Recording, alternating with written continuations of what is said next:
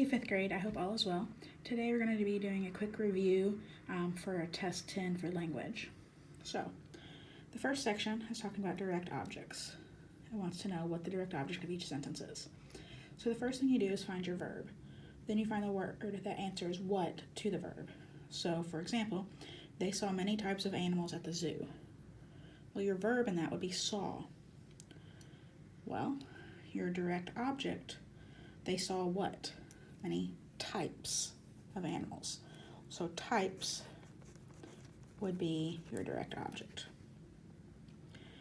Another example, she heard the loud noises of the construction project. Heard is your verb. She heard what? Noises.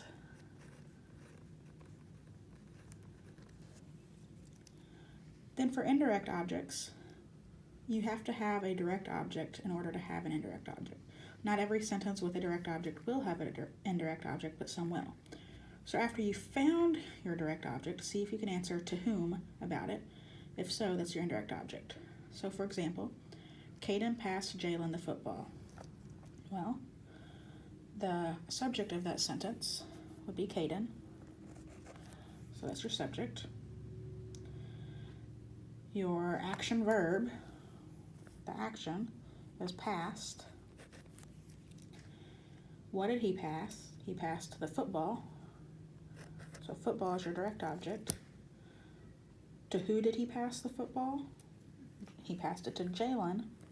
So Jalen would be your indirect object.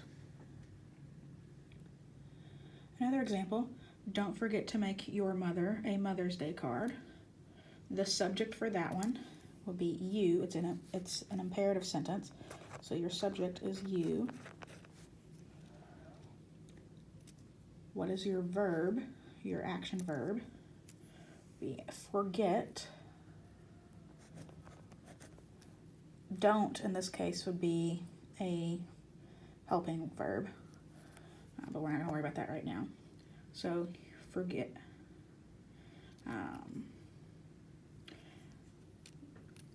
The second verb, which is the one we're going to focus on, is going to be make. Because that's one you can answer make what? Well, don't forget to make a Mother's Day card. So card would be your direct object. Who are you making the card for? Your mother. So mother would be indirect object. Okay? Then it's asking about predicate nominatives and predicate adjectives.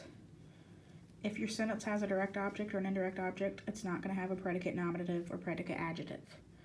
The first thing you need to do is find your verb. Only sentences with linking or being verbs will have predicate nominatives and predicate adjectives. So ones like has, is, was, will be, things like that. Usually ones with our senses are also in there. Smell, taste, things like that. So find your verb. Ask what about the verb. If your answer is a noun, the word is a predicate nominative. If it is an adjective, it's a predicate adjective. So for example, Sarah Custer has great handwriting. Well, my verb is has. That's my verb. Has is a linking verb. So what does she have? Great handwriting. Handwriting. I know it looks kind of like a verb, but it's considered a thing, so it is a noun. So this is going to be a predicate nominative. Another example, the Zoom meeting was pretty loud. Well, my verb is was. Was is one of those being verbs. The meeting was what? Loud. Loud is an adjective, so it's going to be a predicate adjective. I hope this is making sense, fifth grade. The test is also going to have some stuff about using the correct word, like the different to's, like too much versus a letter to him, something like that. It's going to have ones like capitalization and punctuation questions. It's going to ask you about linking verbs. Remember, If it's an action you can do, it is an action. If it is something like be, is, are, am, or a sense one, then it is a linking one. It's also going to ask you to do diagramming, but remember we are not doing diagramming, so skip over that part.